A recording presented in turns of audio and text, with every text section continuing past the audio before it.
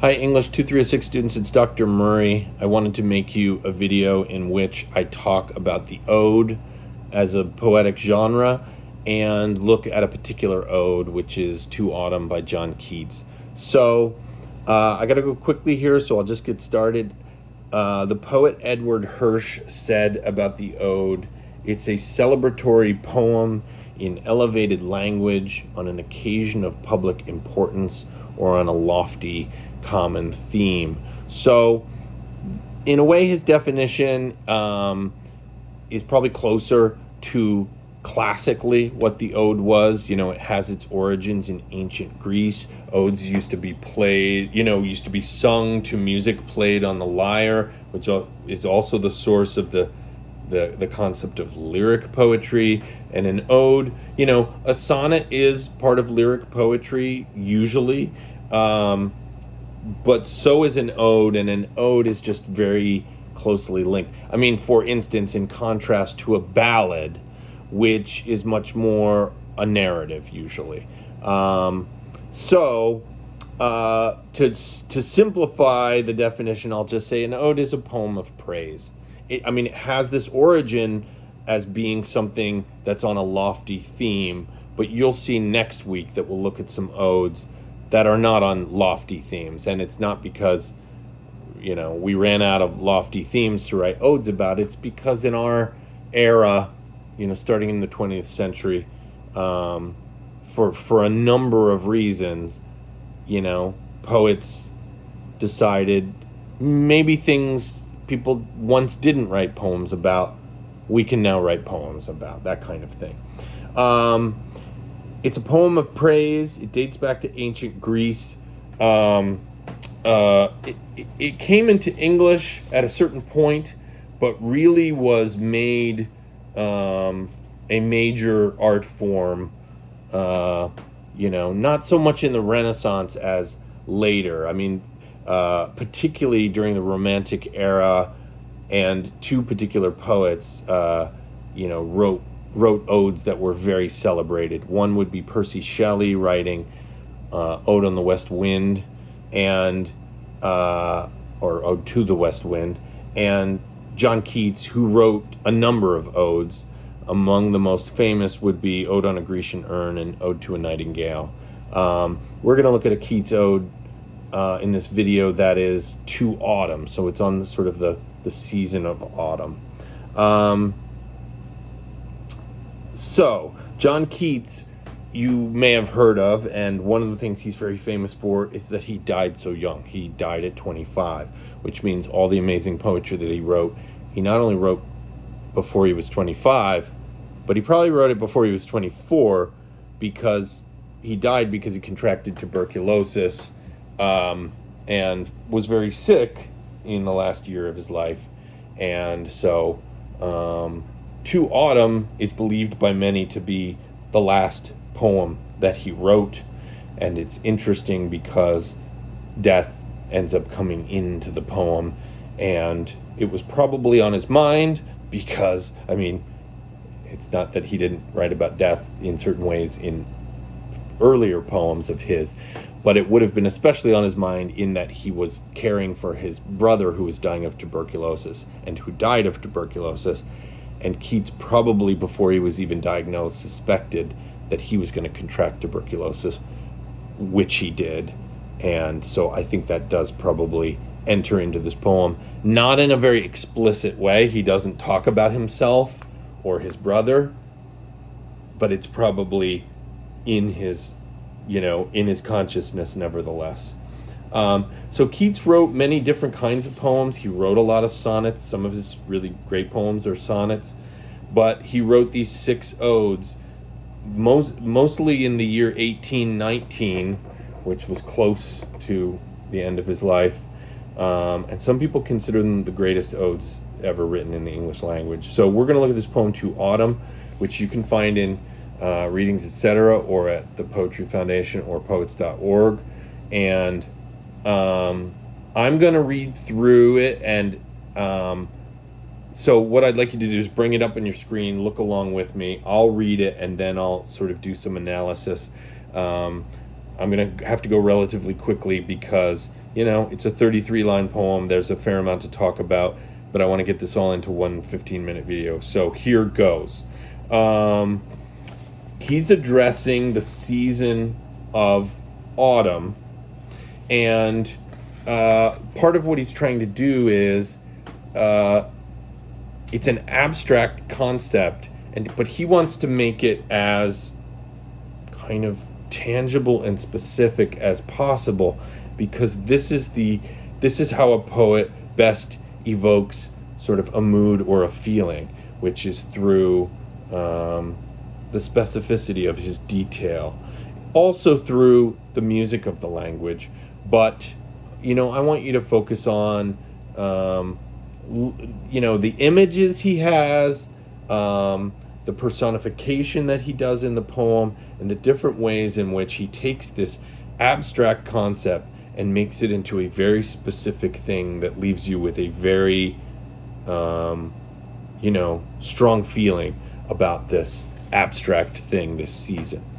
So he begins by saying, "Season of mists and mellow fruitfulness, close bosom friend of the maturing sun, conspiring with him how to load and bless with fruit the vines that round the thatch eaves run."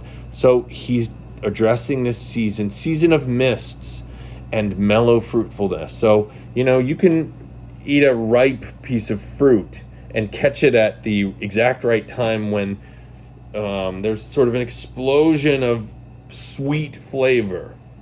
But this is a little past that point. This is a season of mellow fruitfulness.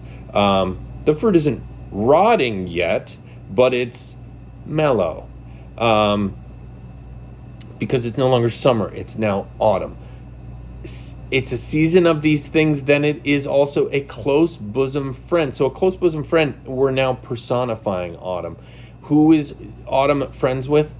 The maturing sun. So not the noon sun, not the glaring, hot sun, burning your skin kind of thing, but the maturing sun, the sun of late afternoon. And so in the same way that would make it late in the day, we're also starting to be late in the year, okay? We're not at winter yet, but midsummer is over. We are at the end of summer, at the beginning of fall, as the poem opens.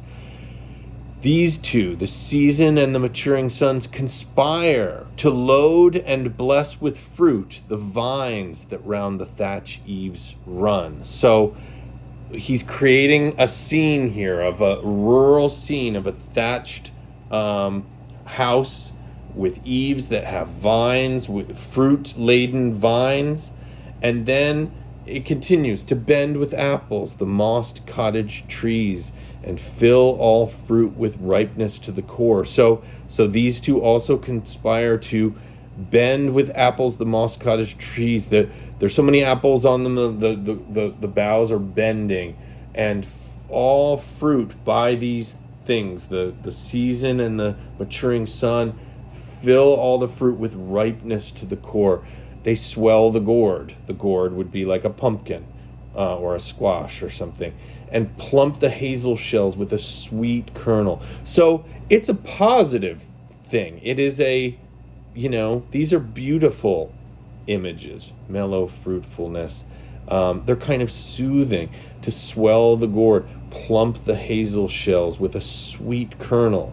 To set budding more and still more later flowers for the bees. So it's late in the season for flowers to be blooming, but we haven't gotten so far along that the flowers have all died.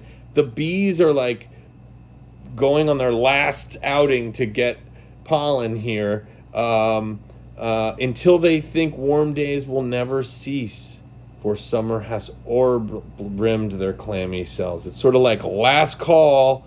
Summer's ending, fall's beginning. Okay, new stanza. Now the speaker of the poem is addressing autumn directly. Who hath not seen thee, meaning you, oft amid your store? Who hath not seen thee oft amid thy store? Like a storehouse where you store grain. Sometimes whoever seeks abroad may find thee sitting careless, on a granary floor, thy hair soft lifted by the winnowing wind, or on a half-reaped furrow, sound asleep, drowsed with the fume of poppies, while thy hook spares the next swath and all its twined flowers. So, the question is, who has not seen thee? Like everybody knows autumn, and then we're gonna get a characterization of autumn. It's like I see it anyway, as almost like a kid on a farm sitting careless on the granary floor, his hair being blown about by the winnowing wind. The winnowing is what you do to sort of separate the chaff and the grain. It's more sort of harvest related metaphor. Or this farm kid is on a half-reaped furrow, sound asleep, drowsed with the fume of poppies, which also is very soothing sounding. It's like the perfume of poppies has knocked him out, so he's in a nap, and he's still grasping a scythe, like a hook, that would be what he would cut the harvest with. But it has spared the next swath with all its twined flowers. And sometimes like a gleaner thou dost keep steady thy laden head across a brook, or by a cider press with patient look thou watches the last oozings hours by hours. Last oozings of what? Of cider. Of, again, it's harvest time. It is time that the apples are being pressed into cider, and autumn is like this lazy kid just watching the oozings of the cider being made. Okay, last stanza. Where are the songs of spring? Aye, where are they? So there were songs in spring, but they're gone. They're not here. Where are they? I don't know. Think not of them, the speaker of the poem says. Thou hast thy music too. So there's an autumn music. While barred clouds bloom the soft dying day and touch the stubble plains with rosy hue. So if there's a rosy hue on the plains, then it's not blistering sunlight. It's moving towards dusk. It's late afternoon, a rosy hue. Then in a wailful, like a sad choir. Then in a wailful choir, the small gnats mourn. So it's like the sound of gnats being interpreted by the speaker as a sad choir, a wailful choir. Then in a wailful choir, the small gnats mourn among the river sallows. Why are they mourning? Because winter and death are on the way, and all this abundance that came from summer is going to soon go away because it's autumn. Then in a wailful choir, the small gnats mourn among the river sallows, that's like willows. Borne aloft, the borne aloft means the wind lifts the gnats, or sinking as the light wind lives or dies. So the gnats are being blown about by the wind. It's showing in a way the way the season controls things. And full-grown lambs loud bleat from hilly bourne. So you can hear the bleating of lambs, not bleating, but bleating of lambs from a field on a hill. Hedge crickets sing, and now with treble soft the redbreast, the bird, whistles from a garden croft, and gathering swallows twitter in the skies. So it's beautiful, and yet at the end, I don't know, my feeling is it's a little ominous of the gathering swallows twittering in the skies, because we know it's coming to an end because of the way, the gnats, the wailful choir, are mourning all these beautiful details that we see that are the natural manifestations of autumn. So it's this one thing I noticed is that the speaker is not going, autumn, you are so great.